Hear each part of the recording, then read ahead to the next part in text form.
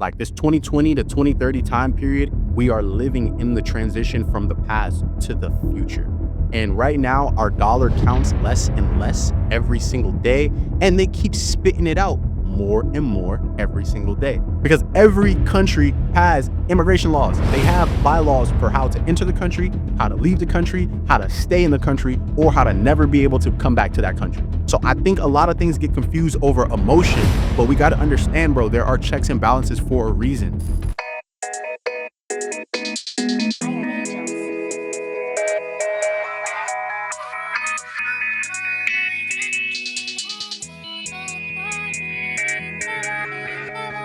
Welcome back, Guy Thoughts, episode 2. It's your boy, Zaven. Good morning, good afternoon, good evening, wherever you might be on this big, beautiful earth. I'm happy that you're tuned in right now. We got some basic current events for y'all, but current events my way, the Zaven way, the Guy Thoughts way. Again, this is a Wolf Eye Network, show in conjunction with Flowers Last a Lifetime production company. Shout out to them. Actually, matter of fact, everybody take a second. Let's clap it up for Flowers Last a Lifetime. They have officially registered the business itself. Like it is legit, for real. So they ready to take your money. No, I'm playing. No, but they're really here to be a resource to you, to the creatives, to the community. Like before we even get going, I gotta say, like, the path that they're on right now is the path that I feel like everyone could aspire as a blueprint just starting out. I mean, from the time that I met them was 2 years ago, 3 years ago, 2 years, 2, 3, 2 years ago exactly until this date, I personally witnessed the growth. So just kudos to them and thank you as always. Now let's get into the good stuff, the meat and potatoes. I mean, let's get into the brisket with the mash and the gravy and the carrots. You know what I mean? A little bit of Kool-Aid on the side, red Kool-Aid, some lemonade, whatever. But the world events, man, there's so much going on in the world. I think it's nearly impossible to genuinely cover everything, but I'm gonna try to just touch on things that I feel like I said this pre-episode here, while we were setting up everything. We're at a point in time now where we can't really choose to care and not care about things. You feel me? Like once upon a time, you could care about this, but not that, and it just be whatever. But now everything is so fused in together where you gotta care about stuff because the world, when they said the revolution would be televised, it's the truth. If in 50 years the kids read back in the history books, they're gonna be reading our lives. Feel me? Just like you read your great grandma during the civil rights or whatever it might have been, they're gonna be reading about our lives and the tech takeover, as I like to call it, TT. So for starters, Big Donnie Trump, yo, hey, listen, I'm not gonna give my own like personal, let's say, political opinions on Don Trump. I'm gonna just state some stuff that's going on, a little bit of facts, right? And y'all tell me what you think about it. But it looks like Big Donnie, he's making a lot of waves out here in the ocean, man. It seems like he's really, for lack of a better term, swinging it around. You feel me? Really showing the world, like, listen, we're America. Whatever I say is go. As a matter of fact, it don't matter if Congress agrees with me, to be honest with you. I'm Big Donnie, and whatever I say is what goes. So something that I know a lot of stuff y'all don't care about, but again, y'all have to. We got to care about it now. Like we have to. Especially if I'm 29. Have you heard the "We're the new adults"? We're the new adults. It's shocking to me. Even I wake up every day and I go on my commute to work, and I'm like, dang, I'm really where my pops was at 30 years ago. Like that's crazy. You feel me? Rest in peace, pops. So something that y'all do care about, money. Okay. So there's a couple of things going on right now where Donald Trump is attempting to give some money back to the people, keep some money in your pockets. We got the $2,000 payouts. I'm sure y'all have heard about it. So apparently we brought in so much money from tariffs. I know everybody's like, oh, tariffs. You can't raise tariffs in all these other countries. They're going to stop sending us goods, blah, blah, blah, wham, right? Forgetting that America, the terrain of America allows us to honestly produce any and everything, to be fair, right? But $2,000 payouts that he's looking to put into the pockets of everyone, right? Now, whether he's able to actually do this or not, I think we should take a step back, think of our own psychology, right? The president of the United States has said, listen, guys, I know things are tough. Everything's more expensive. Oh my God, look at the eggs. You can't even afford eggs. Oh my goodness, right? Let me help you out. Let me try to put some money back into your pocket. And people are like, nah, we don't want it. Listen, I don't care if you got a gazillion Usher bucks or if you got no money in your pocket. If somebody's gonna hand me 2 bands, I will happily take the 2 bands. I'm probably gonna put that into an ETF, or I'm probably gonna put it into some type of option leap, probably for one of these big tech companies, and hopefully it doubles or triples in value, if not at least 30 to 60% up, right? For y'all that get that lingo, you get what I'm saying. But I'm no mathematician. So they say that apparently in 2025 and early 2026, we brought in nearly $264 billion in tariffs. That's where he's going to get the $2,000 payouts from. Again, I'm not a mathematician, but it says there are roughly 260 million American adults.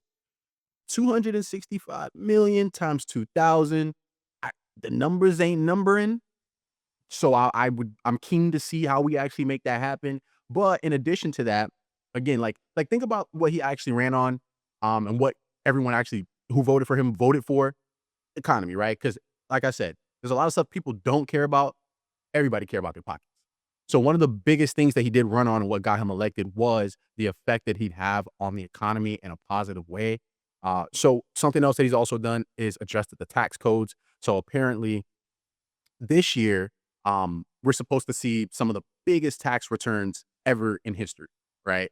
And judging by my Instagram feed with all of the people who suddenly are tax experts, I'd never give you my social security number, but all the people who are suddenly tax experts, I've seen the screenshots you're putting on your stories of some of these returns, 25, 30, 40K, but people that I know, and I listen, hey, I don't know if you're taking advantage of the tax codes the right way. I don't know if someone's gonna end up in prison one day. I don't know. But if that's a signal to whether or not these new rules in place are working or not, I guess we could say they're working.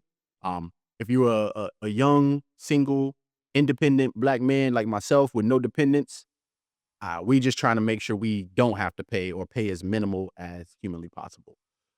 So in terms of taxes, hopefully y'all are getting money the right way, not the wrong way. I would hate to see you guys end up in prison because like that would just suck. Them. One of the other adjustments, apparently you're able to receive more per child, and you're also able to deduct more items previously allowed, going up to a higher amount. Those tax-free deductions also extend into overtime pay and tips that you receive. I honestly didn't even know that you could tax tips or overtime. I feel like that's crazy. That you're already working me like a slave, and you want to take my money extra? That's crazy.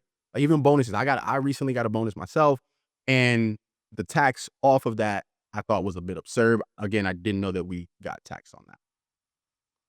So moving on. Who else woke up and saw that we're again bombing the crap out of Iran? Did anybody have that on the bingo card? I know some people did. I did not. Um, just as a concerned American, I really, as much as I care about a lot of things, I really care the most about where my money's going. I'm just being honest. Like I work my ass off, bro, just like all of you do. We all work our ass off doing whatever that we do. And Christy and Kai said it best. Like we are literally living in that transition period right now. Like this 2020 to 2030 time period, we are living in the transition from the past to the future. And right now, our dollar counts less and less every single day, and they keep spitting it out more and more every single day. For instance, all of the major AI tech companies, they just got these crazy billion-dollar plus contracts with the government, the military, the Pentagon, and all of these contracts are basically to like, forgive me if I say this a little roughly, to kill people. Like legitimately, like it's to kill people. Like if I'm not mistaken here, and let me fact check my notes before I get to speaking overly freely here. But from my understanding, OpenAI, Palantir, SpaceX, and Starlink have all just signed long-term, multi hundreds of millions to billions of dollars worth in deals with U.S. government contracts. As you can imagine, with things like SpaceX and Starlink, those things are going to be more focused on missiles. They're going to be more focused on space work, satellites. It's going to be focused on overall surveillance of you as well. When it comes to OpenAI and things like Palantir, again, that's going to just be in the technology space. So really just recording all of our data, how we actually act and interact with things every single day. Um, I have a mixed feelings on this. You know, it's the future, bro. So we need advancements in technology for certain things, like the Super Bowl halftime or one of the commercials during the Super Bowl, about the, Ring cameras. Bruh, why do I need my Ring camera to automatically be tapped into because somebody lost their dog? Like, do you see how stupid they think we are? They have a little commercial with propaganda that is saying that, let's say, for instance, someone lost their freaking dog in your neighborhood, that Ring can tap into your Ring camera in everyone's Ring camera in front of their door and essentially turn them on, and they have a certain radius that can detect that physical dog. And each of you have a Ring camera. I got a Ring camera outside my door. You feel me? So these little things, like, again, like, the point being that we don't necessarily care overly about these things, but we got to understand that they are immediately infringing upon your rights. They're immediately infringing upon your freedom of movement, your freedom of thought. Like, how many times have you said something? You go on Instagram, you get to scrolling, and there's an ad for it. It's because they're listening to you. Like, back in the day, like maybe 20, 30 years ago, someone like me, I would be like the tinfoil hat guy. Like, I'd be the guy with the tinfoil hat. Everybody's like, yo, this guy's crazy. Get this guy off the street right now. He's on drugs. He needs rehab. But it's like, I don't have a tinfoil hat on. You feel me? I wear a crown for real. And I'm not crazy. I just think about things in a way that's like more realistic and not disillusioned. Is that the word I'm looking for? Disillusion? Yeah? No? Maybe? Okay. Well, I feel like we live, because we are in that transition time where we're pushing from the past to the future. A lot of us are stuck in a haze because it's like they're switching the spell up on us. Um, it's like they had us under a certain spell for a certain amount of time, and that spell has worn off. And they've used celebrities, they've used social engineering, they've used these things to kind of extend the spell as much as they possibly could. But now we're at a frequency where those spells, they're not as strong. They don't work on us, right? So a lot more people are waking up to things and they're seeing the way of the world because the world didn't just become like this, it's been like this, right? But because you're under that spell, it doesn't resonate or it doesn't sit with you as strongly to where you feel there needs to be a difference. So what they need to do, cook up new spells, a new spell book. What is that? Technology. Okay? I will say cheers to Anthropic, which is another AI tech company. And this is like recent news, as recent as yesterday, where just like those other giant tech companies, the government offered them contracts. The government also offered Anthropic a defense contract, and the CEO of Anthropic said no. So kudos to him for that. Seems like he's sticking to his ethics. He cited that the reason for his decline in partnership was that the Pentagon was asking him to conduct surveillance on American citizens, and the Pentagon wanted to use their technology for unmanned AI weapons. Okay. So in basic English, they wanted to use their technology and put our nuclear weapons and other mass destructive abilities in the hands of an AI. They want for us to allow a computer to decide when and where missiles will be launched. They want for a computer to decide who dies and who does not die. I'm not here to radicalize anyone, but I am here to just make it kind of aware because I know you. I'm gonna give total respect when I say this. Most of the people that talk about this type of stuff that I'm talking about don't look like me, to be fair. Nor do they talk about this stuff the way that I talk about this stuff. So I'm trying my best to make a space where I'm not just having this conversation with people or these conversations with people in real life every day, which I do for years and years since I was a teenager. But like it has to be said on some form of a larger platform because we got to really wake up before like the movies that we watched growing up, it genuinely predictive programming. Genuine. And predictive programming in a sense of in the highest sense, in every way, from the good, the bad, and the ugly, okay? Like, picture this. From 2020 to 2026, which is right now, and this is the most basic way I could break this down. We move from house phones with these long ass cords to speak to people, right?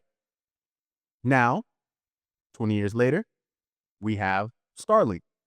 So let's just say, for instance, I got an iPhone and I'm in the middle of an African jungle, or I'm in the middle of the Amazon, or I'm in Antarctica. I can connect to Starlink. I could FaceTime. We ain't even talking about calling you. I could FaceTime. And this is all within just 20 years, right? Remember what your mom's, remember what your grandmother's beat up Cadillac looked like in 2003?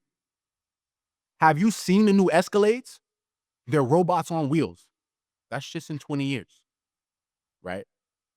Once upon a time, we had fighter jets where actual pilots had to pilot them. Now, you could sit here like it's a video game from a station and drop freaking all types of bombs on people's heads. So in just 20 years, we've jumped exponentially, and the technology that they have now is so good that this as a baseline, what they create with this as a baseline in the next 20 years is going to be 5x as complex as it is right now. So we have to get ahead of the curve, which we're far behind it as a people, but you have to get ahead of the curve because our very lives are, how do I say this? I'm not one of them fear-mongering people. Like I don't believe in that crap, right? But yo, it's scary. Like let's bring it down, right? Let's bring it down a little bit. Um, when people say, "Oh, technology is going to take our jobs," I know there's this consensus of like, "Oh yeah, they say everything's bad that's new and whatever." But like, I'm gonna break it down for you like this, okay? So you have these large companies, let's say an Amazon, for instance, right? One of, if not the largest employer in the world. Jeff Bezos employs more people probably than any other company on the planet, right? Okay. So it behooves him, that's a nice word. It behooves him to lessen his overhead as much as possible. How can he do that? Well, you got someone like Elon who's made driverless semi trucks and freight, right? So all of you guys who got your CDL, you're out there on the road, you're grinding, you're away from your family for weeks at a time. They're gonna replace you.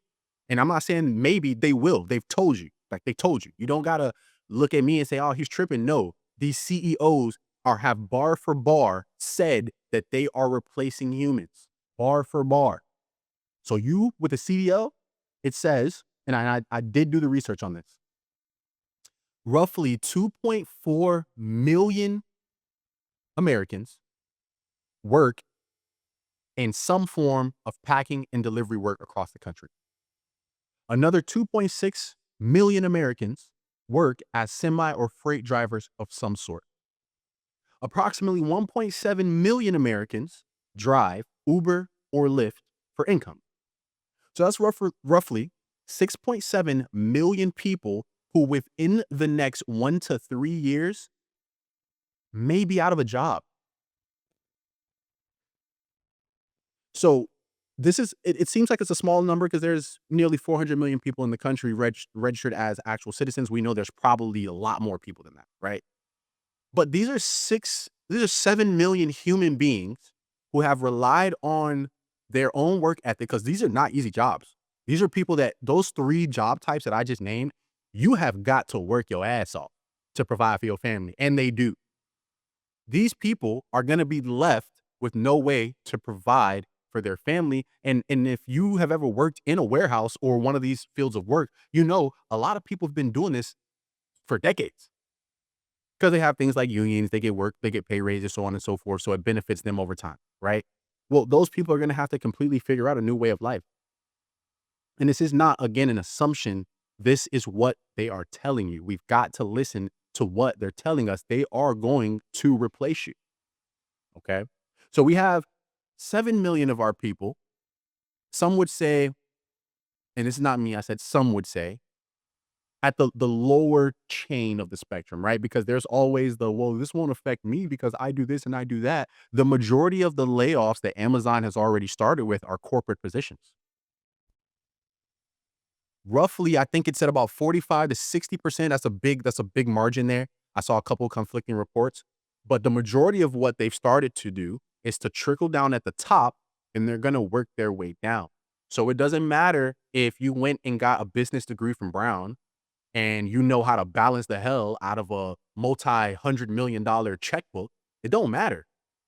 because they don't give it to AI. The AI gonna balance the books. You're gonna be out of a job from the top to the bottom.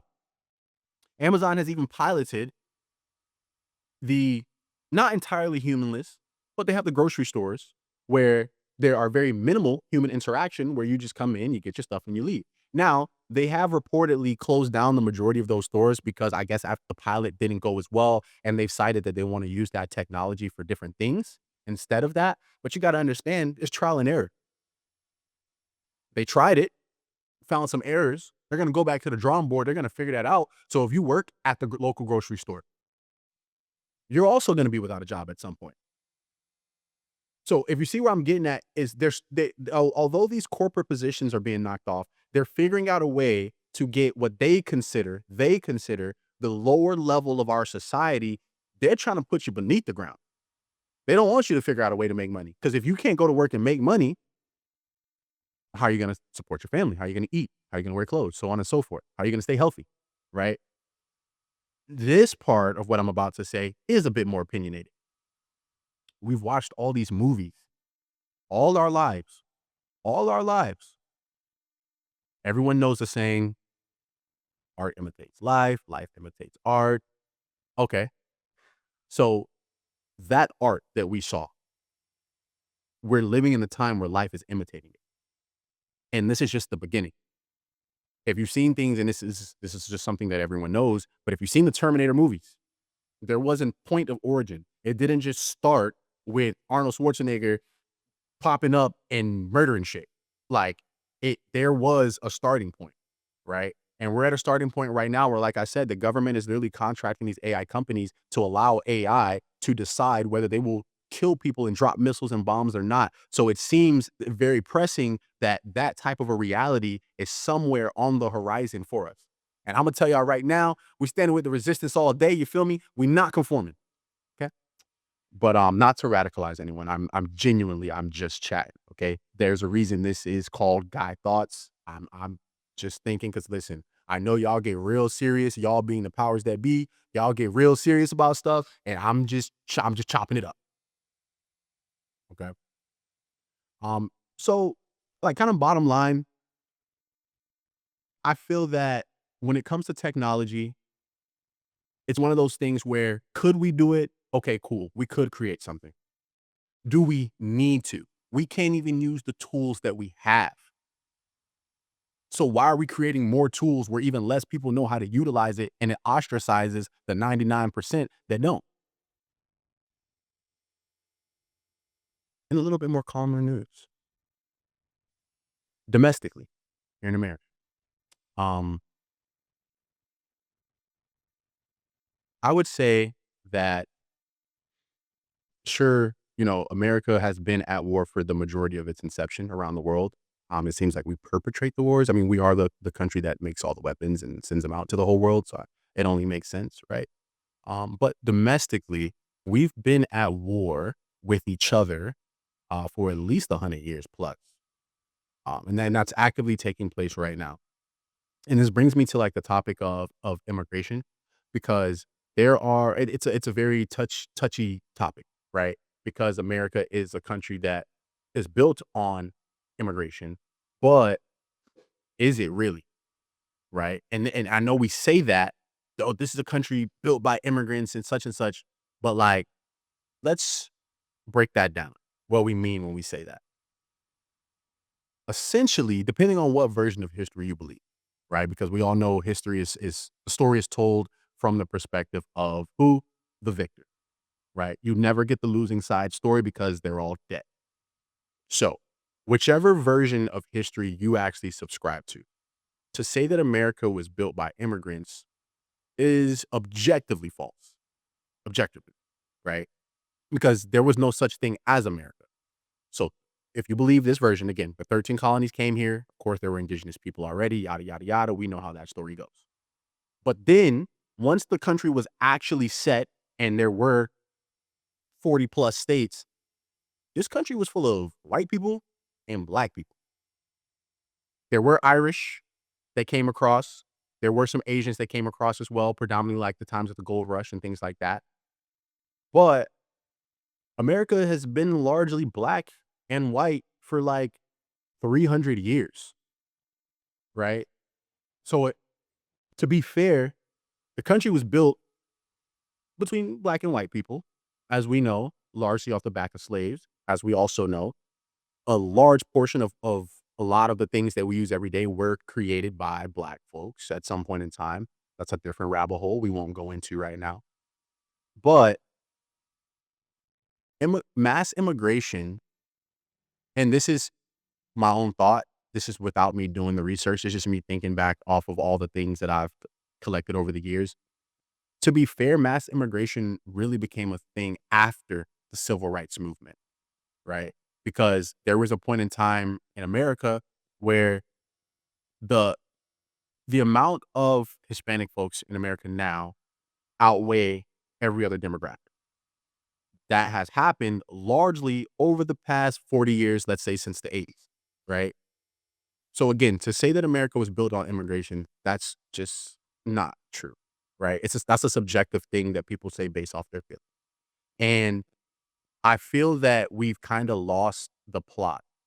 And when I say we've lost the plot, it's with grace because again, there's a gajillion things going on every day, and it's hard to stay focused on what's real and what's not, the blurred lines. But what is going on right now in Central America? There are border wars because whether you're in Panama, whether you're in Costa Rica, whether you're in Honduras, they don't want to allow illegal immigration into their country from other Central American countries due to what's going on in those countries and where people are coming from. If you look across the globe, Japan, I haven't been to Japan, done some reading on Japan.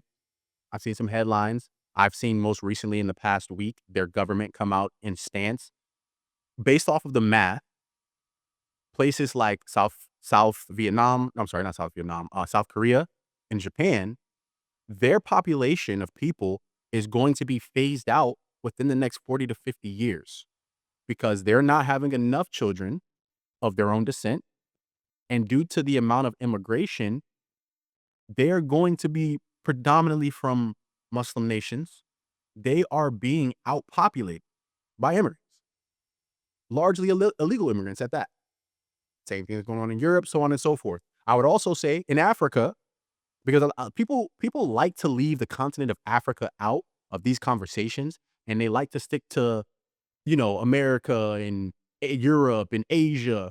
But we're not going to neglect Africa because if immigration is such an issue everywhere else, not to say that these folks these different races or countries necessarily live and occupy countries in Africa, but they own freaking everything in Africa. There is no free enterprise in a lot of the majority of the countries. In some cities, some places, city states, things like that, yes. But as a whole, China, England, America, they own everything that's going on in Africa. So it's a double-edged sword where we're at a point in history where, excuse my terminology, the larger companies have been raping the smaller countries of all of their abilities. And now, because these smaller countries have become destabilized, disenfranchised, they've migrated.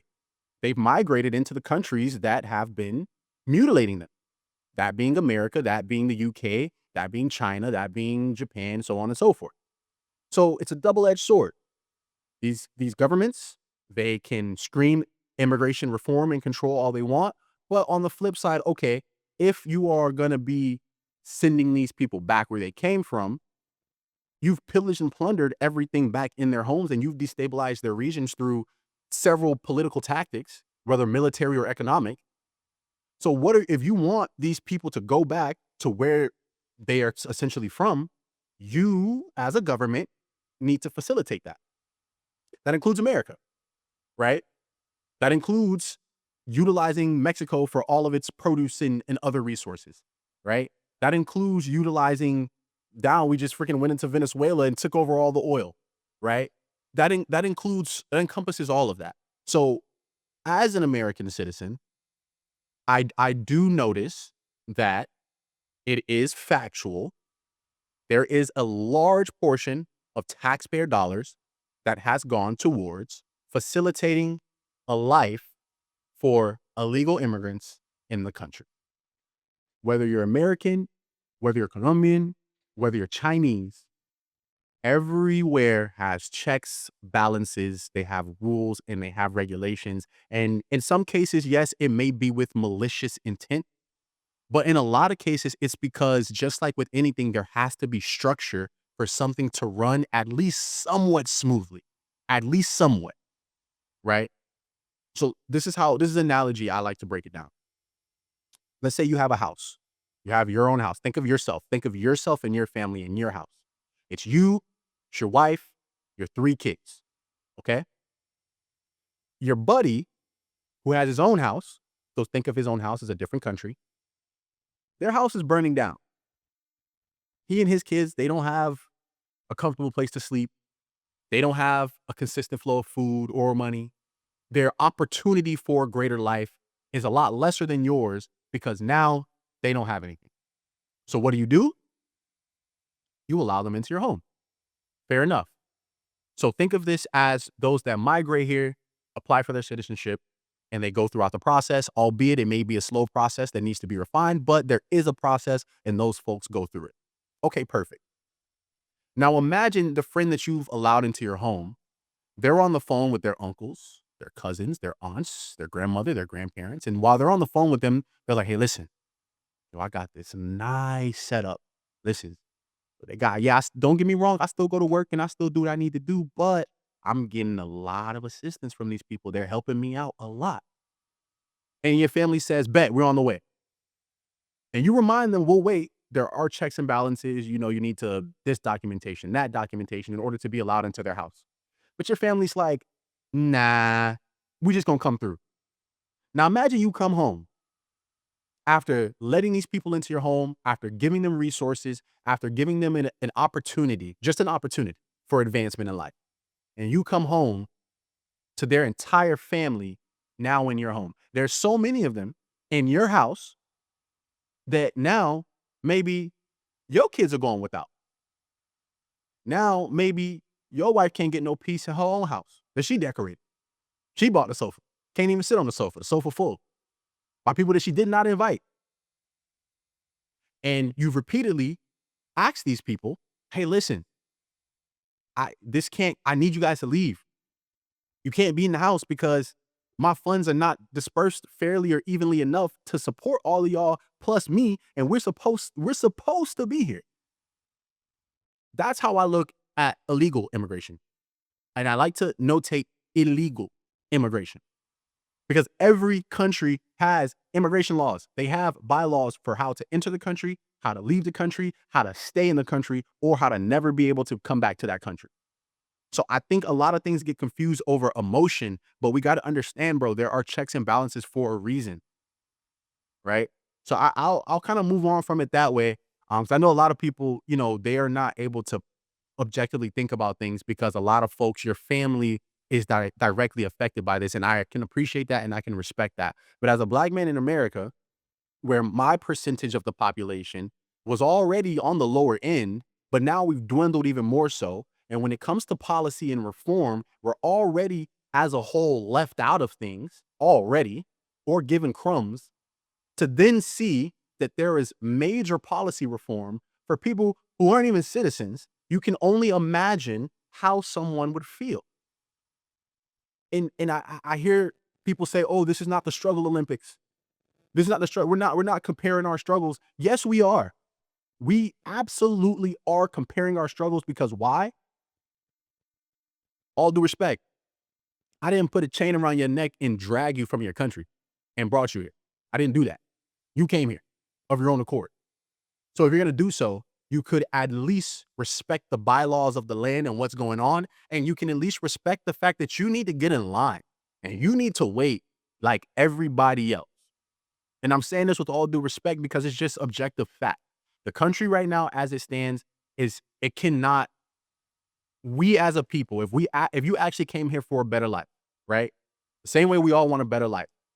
At the pace that we're going and we're doing things right now, it is physically impossible for each of us to have a better life.